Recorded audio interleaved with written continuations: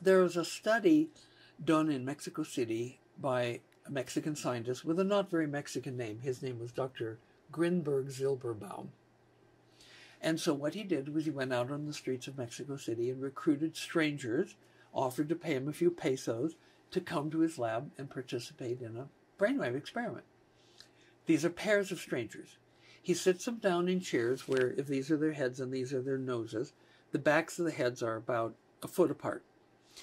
Then he puts electrodes on their head, which are connected to a polygraph running the brainwaves, and he gives each one a silent button to hold with one instruction. Sit there with your eyes closed, and if you feel a sense of rapport with that stranger behind you, push your silent button. And then he started the polygraph. And what he noticed, first of all, was that the button pushes were almost simultaneous. When one person felt rapport, the stranger did also.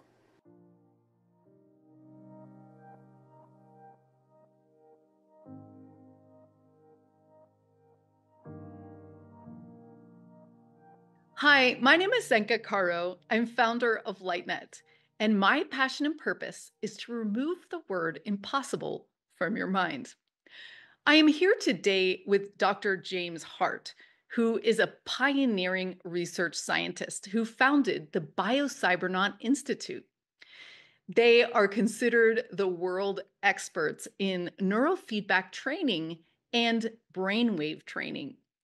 With over 4 decades of research into the science of brainwaves, consciousness, and human potential, he has developed technologies that allow us to reach these states that were only possible for master meditators. He has a PhD in psychology with background in math and physics. And over the years, he's developed technologies that help people increase their IQ by 11.8% in 7 days. I experienced this training and it's absolutely mind-blowing, life-changing, I should say, as well. He has written a book called The Art of Smart Thinking, where he condenses all of his life's work into a book which explains that happiness, success, and even enlightenment is measurable and can be trained. Check out this interview. It's incredible to see how his research has changed the world and how we think about our mind. What is my purpose and mission? What is my soul's calling in life? Well, that's a question in words. And I can answer it, but it wouldn't be as complete as to tell you the story of how I discovered the purpose. So Ram Dass said, a God defined is a God confined. So any statement of my purpose and my mission is going to be confined. So giving you that confined, it's to reduce suffering and to expand awareness and to help usher in an enduring golden age for all humanity. There's a book called Primal Branding. It was given to me by Greg Stewart, who's the first person to sign up for the Diamond Dozen Club, where people prepay for a dozen BioCybernaut trainings and get a 20% discount. And after he read the book, he gave me a copy and he said, now, every product or service that has ever gone global has 7 characteristics. BioCybernaut has all 7, he said. And he said one of them, intriguingly, is a cool founder's story. So here's the founder's story. I was in my senior year of a bachelor's degree in physics at Carnegie Institute of Technology in Pittsburgh. And I came out of the student union after lunch to be greeted by this really large hand-painted sign where every letter was a slightly different color. And it said, Dr. Joe Kamiya will talk on brainwaves and consciousness, and it gave a time that, that's just 10 minutes. And it was a room in Margaret Morrison College, which was right across the tennis courts. I didn't have a class that hour, so I went. It was a painting and design teacher. Dr. Kamiya was traveling from his funding source in Washington back to his lab in San Francisco, and he had stopped overnight to spend with this painting and design teacher, and her students had made the signs that had attracted my attention. I was the only one from the engineering college that was there. It was all this teacher's students, painting and design students. And so Dr. Kamiya was talking about his incredible work. He is the human who in 1962 reported in April of 1962 to the Western Psychological Association meeting in San Francisco that humans, when given feedback, could voluntarily control their own alpha brainwaves. He had stumbled upon this really quite accidentally. He was doing sleep research, and if he had had a co-ed lying on a cot next to the polygraph machine, and she's trying to go to sleep, he's studying the process of falling asleep. If he'd see a big burst of alpha, and he'd say, wow, there's a big burst of alpha, often there would be another one. And he'd comment, and then there'd be another one. And so he kind of had a hunch that somehow his feedback of, oh, there was just an alpha wave, somehow contributed to there being another. So then he would ring a little bell if there was an alpha burst. And that worked too. And then he automated it. So he had a little tone that would come on. And so this was really exciting because although brainwaves had been discovered by Herr Dr. Hans Berger in 1908 as he was searching for the cause of ESP, he found the first brainwaves and called them alpha because they were the first. They're not the fastest, they're not the slowest, but they're the biggest. So the only ones he could find with this early primitive equipment. He kept it a secret for 10 years. Did some really good research, was looking for the cause of ESP, which there is that relationship, but with his primitive equipment, he couldn't find it. So he published, and it became a sensation. Pretty soon, any major university or hospital around the world had to have EEG equipment. And so there was a lot of research done on what I call the natural reactivity of alpha. Like if you're tired or too frightened, your alpha is low. You have to be in a middle range of arousal and have your naturally occurring alpha. And then, and only then, when you do meditative strategies, will your alpha go up literally off the charts. And then you have all these cool meditative, transcendental experiences. And so there's Dr. Joe Kamiya talking about this. I had a dear friend who was a grad student at Duquesne University, another college in Pittsburgh, and they had a bunch of French priests in from followers of Merleau-Ponty, the father of phenomenology, and they were teaching how to study the structure of consciousness. And I was reading The Phenomenon of Man by Father Pierre Teilhard de Chardin, and this was all really cool and wonderful, but there wasn't anything that could be measured. So I was like this physics science guy, and I'm also like getting this cool philosophy and psychology, and there was no connection. It was very almost schizophrenic. And then there's Joe Kamiya saying, oh, well, these high states of consciousness have high alpha. So the rest of my senior year, every spare minute was spent in the library, learning everything I could. I had this big stack of reprints, and I had read through that 3 times before I graduated, at which point I jumped on my Triumph motorcycle and headed for San Francisco to hang out with Joe Kamiya. I went through Canada. I took the Trans-Canadian Highway across and had some incredible adventures, but the real adventure was yet to begin. When I got to San Francisco, I showed up at Joe's lab, and I volunteered as a research subject. He had a big house at the edge of campus. A bedroom was filled with a PDP-15 mini computer, and it was running the feedback.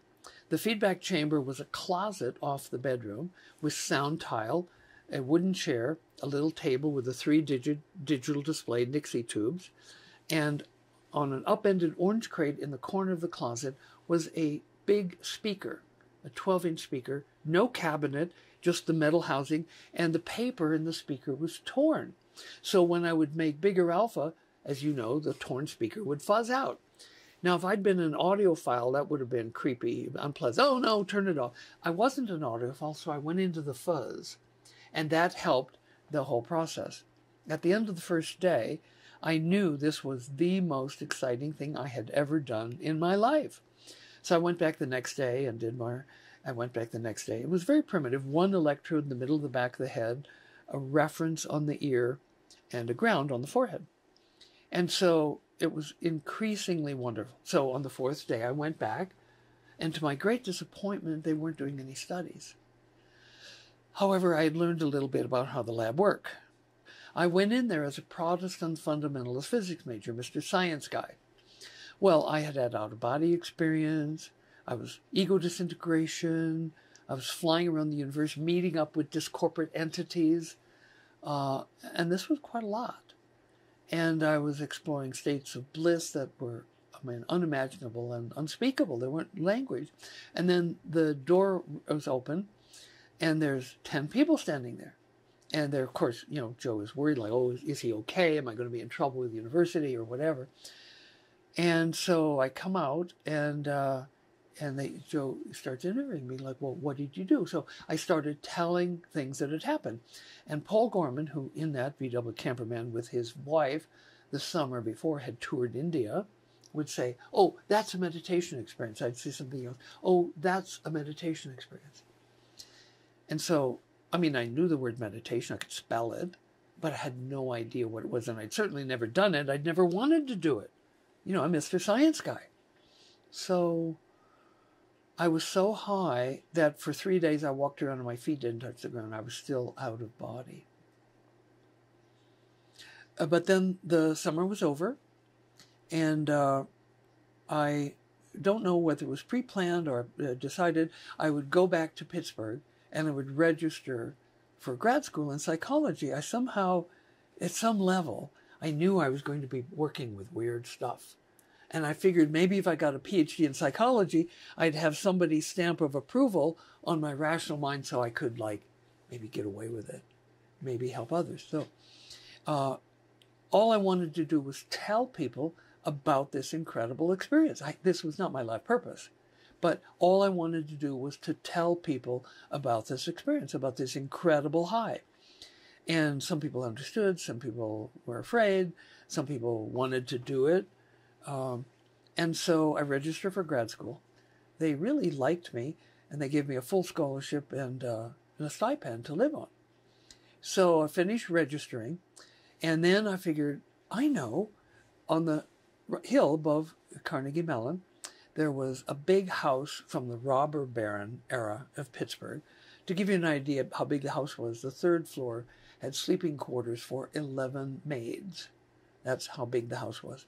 And one of my friends, a professor of phenomenology from Duquesne University, with whom I'd set up an exchange program between their psych department and the Carnegie psych department in my senior year, Rolf was an interesting guy. He'd been a grad student under Timothy Leary at Harvard, and he had taken tons of LSD. He and his wife lived at the community at Millbrook for a while. All 3 of their children were consciously conceived as he and his wife were on LSD, seeking to bring through a new being into the world. So I figured, Rolf, he's going to know what this is. I'm going to go tell Rolf what happened. Maybe he'll know what this is. So I walk up the hill and enter his house. He sees me. He sees I'm completely different. And he goes, sit down, across his, and he takes one arm and he sweeps everything off his desk. Sit down. And then he folds his hands, puts his elbow on the desk, and he says, okay, tell me, what's happened to you? So it was all I needed. And so I recounted the details of everything that happened in the chamber. Now, later in 1984, I wrote a paper published in Michael Hutchison's Megabrain Reports in 1984, where I detailed all of these things that had happened to me that I described to Rolf. And I went on for probably over 3 hours. Midway through, a neighbor lady came in from the house next door. She stood respectfully in the distance, listening to what I was saying. Then she left, and she came back with a book, and she walked around the desk and put the book right beside me. It was The Autobiography of a Yogi by Yogananda. Now, if somebody had given that to me 2 weeks before, I'd have looked at it, and I'd have just tossed it. Well, obviously, a very different relation. So she leaves. And I continue with the story. At the end, Rolf folds his hand, and he leans forward, and a little twinkle in his eye, and he says, we can do that here. Oh, it was a download. And I had not a job, not a profession, not a career. I had a vocation.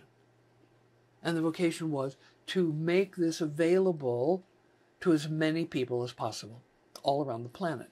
Now, when earlier I said, well, what's my purpose and mission? I gave some words. Reduce suffering, expand awareness, usher in a golden age for all humanity. Great. But to have as a vocation to make this experience available to everyone is far more than what those words. That's a consequence. You go into that state. Yes, you reduce suffering. Yes, you expand awareness. Yes, you contribute to ushering in a golden age. But it's so much more than that. The value of the human experience of high. Ram Dass said at one point, if you want to live high, you have to live outside of time. Suzuki Roshi, the famous Zen master, in whom, parenthetically, I discovered the brainwaves, which I, years later, learned are the basis of halos, said, Suzuki Roshi said, time is the basis of fear. And so if you're afraid, well, you're probably not afraid right now. You're afraid of something that might happen when, at some time, that's not now. And so if you take out time, there's no basis for fear. So that was how I found my mission, my purpose. Oh, there were endless roadblocks along the way in this.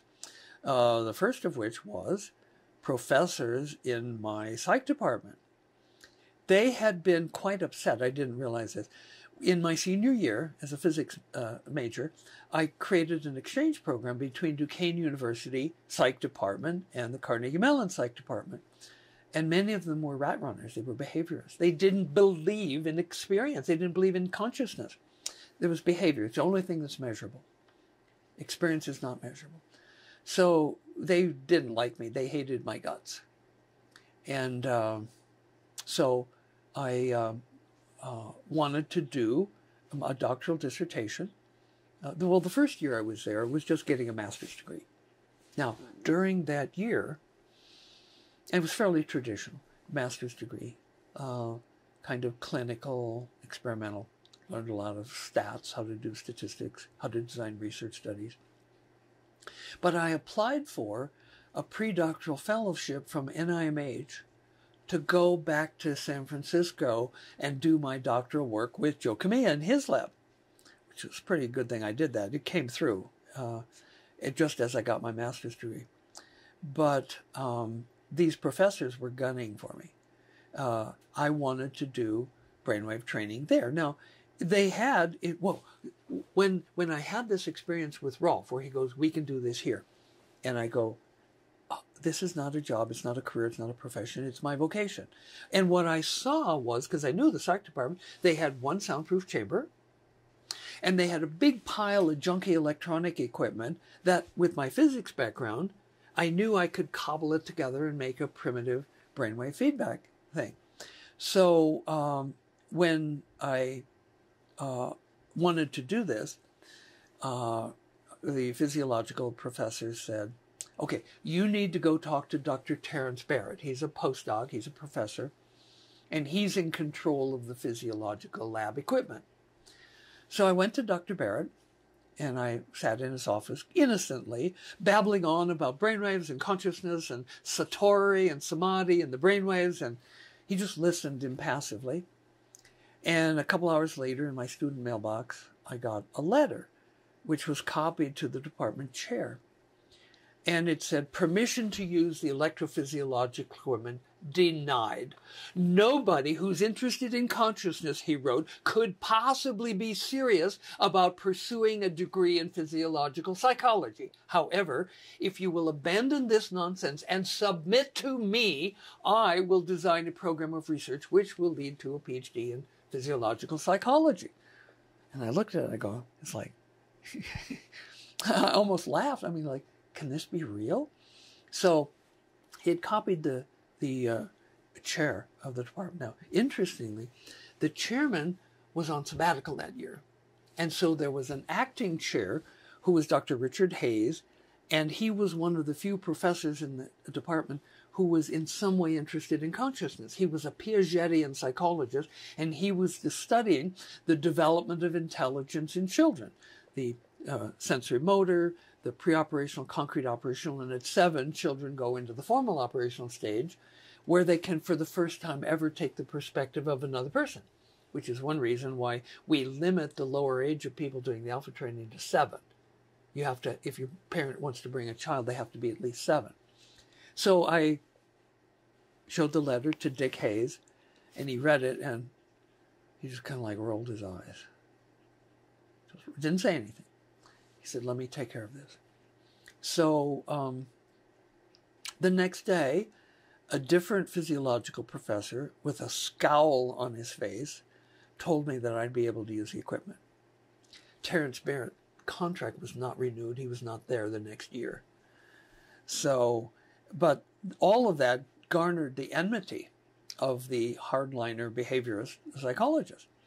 So, because they were convinced that there was no way that you could measure conscious experience. So there was a little impish quality in me. And I found a paper where it was measuring brainwaves associated with perception of visual afterimages. You know, if you look at a bright light and close your eyes, you can see for a while the light and it fades. And so the brighter the light, like you look at the sun, close your eyes, you'll see a visual afterimage that lasts for quite a while. And so what they did was they measured the alpha waves associated with the visual afterimages, and they had people push a button when the afterimage was gone. And so while they were experiencing the visual afterimage, no way to measure it, the physiologist said, the alpha was suppressed. When the image was gone, they'd push the button because the alpha came back. So I was able to show them, here is a simple brainwave measure of experience. It's a simple experience. Do you see the afterimage or not? They hated my guts for that data. So then the pre-doctoral fellowship came through. I went back to San Francisco. I had done one study there with 20 college students, 10 high anxiety and 10 low anxiety. But I wanted to go to Joe's lab and repeat the study with more measurements and you know, fuller ability to record different parameters, respiration, muscle tension, heart rate. At one point, alveolar CO2, we pumped the air coming out of one nostril and measured the CO2 level. And so now I have completed my doctoral dissertation, I've written it up, and I'm going back to Carnegie Mellon to defend my thesis. Well, my thesis advisor scheduled my public defense for a time when the 2 most hostile professors were leading seminars and were not able to attend. And so they sent hostile questions, but you answer the question and then there's no hostile follow-up. So there were obstacles. So you're suggesting 90% of the people have never found that which excites them, which makes their heart race. And what advice can be given to such people? Well, there's a joke that, how do you win an argument with a mule? Well, you first hit it over the head with a 2x4 to get its attention. Okay? Now, I'm not proposing hitting anyone over the head, but you do have to get their attention. If people are trapped in survival, the idea of there being 150 different levels of attainment in Buddhist meditation doesn't mean anything to them. And you're bothering them from their survival pursuit if you interrupt them to try to tell them about it. So you first have to get their attention. And so the question is, how do you do that? How do you make it interesting? How do you make it fun? And how do you make it important? Well, humans evaluate things based on their experiences. For example, if you eat a berry from a shrub and you get sick and vomit and almost die, then you learn not to eat that berry. On the other hand, if you eat that berry, like say if it's an ayahuasca ceremony, and you have powerful experiences in consciousness, you may value that. You may even make it into a cultural ritual. There may be an institutionalized way of creating that experience using that plant medicine. And so oftentimes people will come to BioCybernaut And they might want something like relief from insomnia, surcease from the constant worry, elimination of a depression that's been with them for 50 years. So that's the reason for coming. And so what we've learned is that when you change the brainwaves, that you change your consciousness, you change your experiences, and in the process, they may have experiences like out-of-body experience. And so then something that they would never have been interested in before now becomes a passion, might even become a life purpose, not only to do it themselves, but to make it available to others, depending on their humanitarian nature. And so the first thing you have to do is to get their attention. Then it helps to find out what some people would say in marketing, what's their pain point? What is it they want to go away from? People use drugs for one or two reasons. One is to suppress a bad experience. Alcohol is pretty good for that. It numbs the mind to fear and sadness and whatever. Or the other reason is to get high and feel good. And so it turns out that brainwaves rule.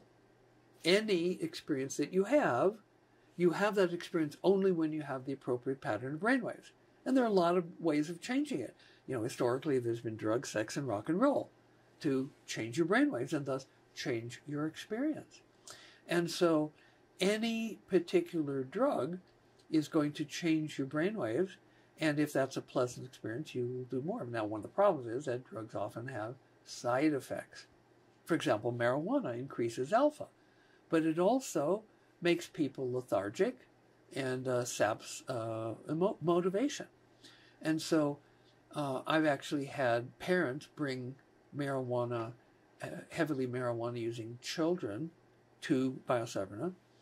And the parent is initially disappointed that I don't go, you shouldn't do that. I go, no, you're doing that for a reason. You want to get high, you want to feel good. Let me show you another way to get high and feel good. And the kid is like, what kind of a weirdo is this doctor? He wants me to get high? Well, yeah, I do. And I want you to do it on your own, developing your own resources so that you have access like that to any state that you want. Awesome question. When I'm in my purpose, how do I affect others? And what would the world be like, or what will the world be like, when people are living in their purpose? Two very powerful and profound questions. And fortunately, we have a lot of data to answer those questions. There was a study done in Mexico City by a Mexican scientist with a not very Mexican name. His name was Dr. Grinberg-Zylberbaum. And so what he did was he went out on the streets of Mexico City and recruited strangers, offered to pay him a few pesos to come to his lab and participate in a brainwave experiment. These are pairs of strangers. He sits them down in chairs where, if these are their heads and these are their noses, the backs of the heads are about a foot apart. Then he puts electrodes on their head, which are connected to a polygraph running the brainwaves, and he gives each one a silent button to hold with one instruction.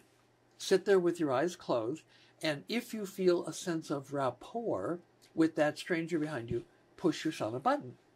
And then he started the polygraph. And what he noticed, first of all, was that the button pushes were almost simultaneous.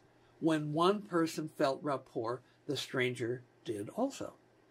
Further, he noted by looking at the polygraphs that the button pushes occurred when both people were making bursts of alpha, basis of a telepathic experience. And I could make a side note. At one point, I had the privilege of providing 2 weeks of training to 2 Army intelligence lieutenant colonels. One of them, Colonel John B. Alexander, well, he became a colonel. He rose through the ranks, but he was a lieutenant colonel when he came. He and his co-trainees, Lieutenant Colonel James McLaughlin, who was interesting because he died in Vietnam, had an out-of-body experience, and came back with valuable information that was later verified. So John was currently on the board of IONS, the Institute of Nordic Sciences, and he was studying Lieutenant Colonel James McLaughlin, who had actually died in Vietnam, went out of body, then came back. So they did Alpha 1 in separate chambers, and then they stayed a second week and did Alpha 1 shared, where they're in the same chamber to Around ground loops, they were holding hands. That was a little bit of an issue to over. Well, I'm not sure I want to hold hands with another guy in the dark. And so I said there's a scientific purpose to it, so it's okay. And so I offered to do shared feedback with them because up to that point, everyone I'd ever done shared feedback with had their highest alpha ever.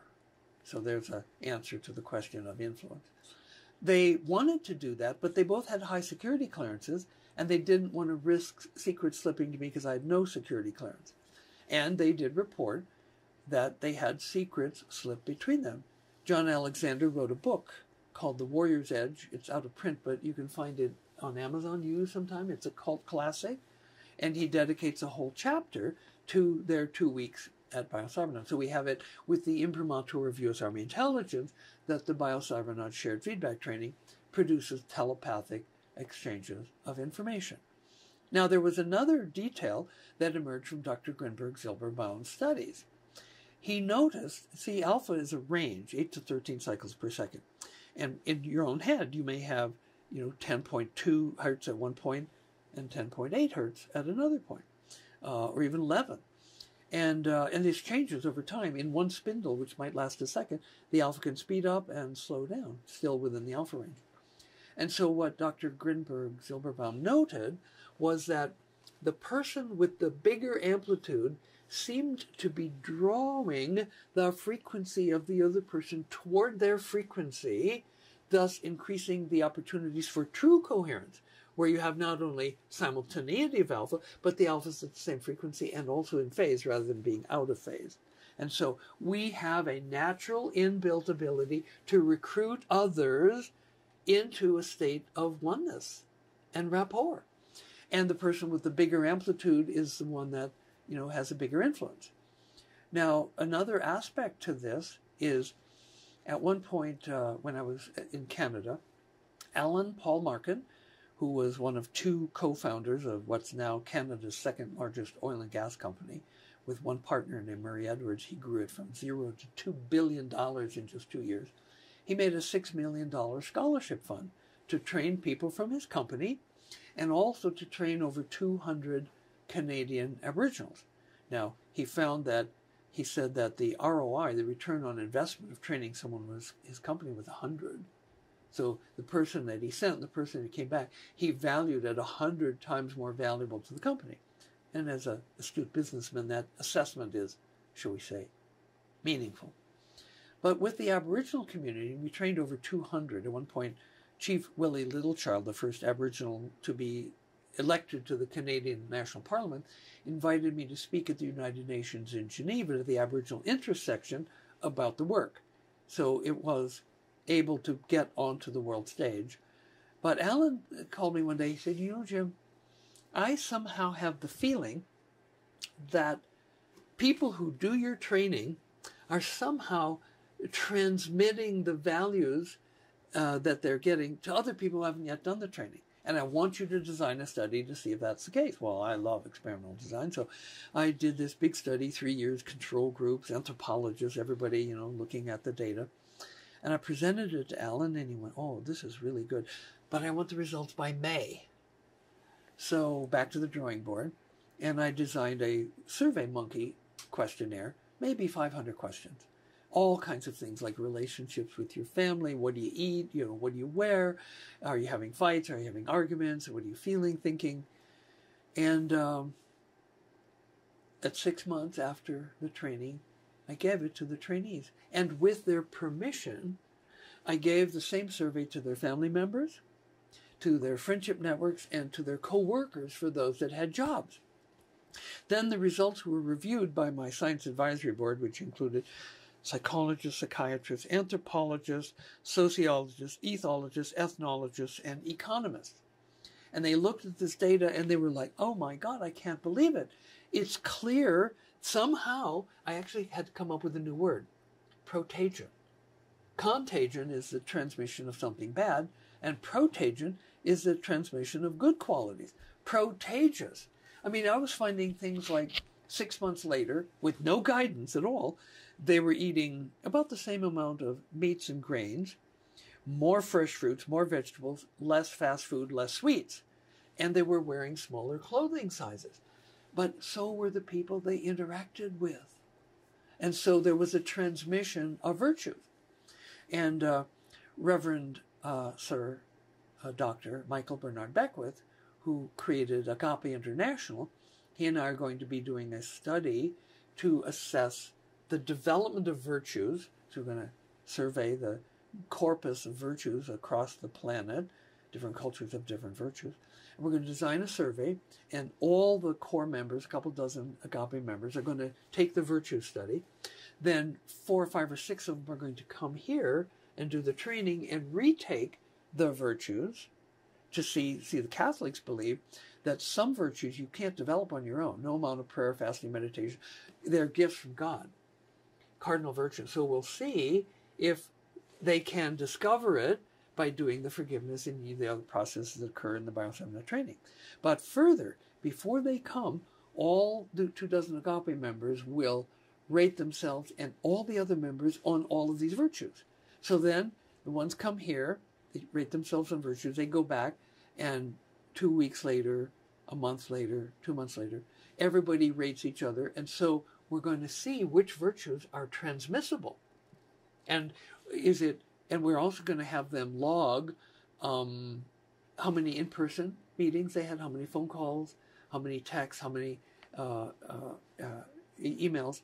And so we'll know, well, what virtues are created by what brainwaves. We can make a brain energy map on virtues. So somebody might have this virtue increase because these brainwaves change. A different person might have different virtues in because they had a slightly different pattern. Maybe they're often increased frontally rather than centrally.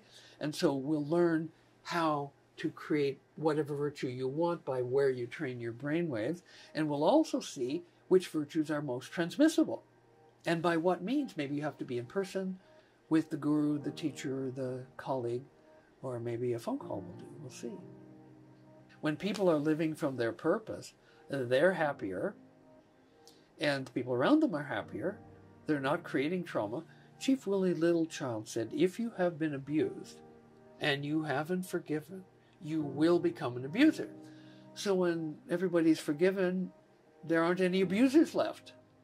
And wow, now we're talking golden age for all humanity. Good stuff. Beautiful.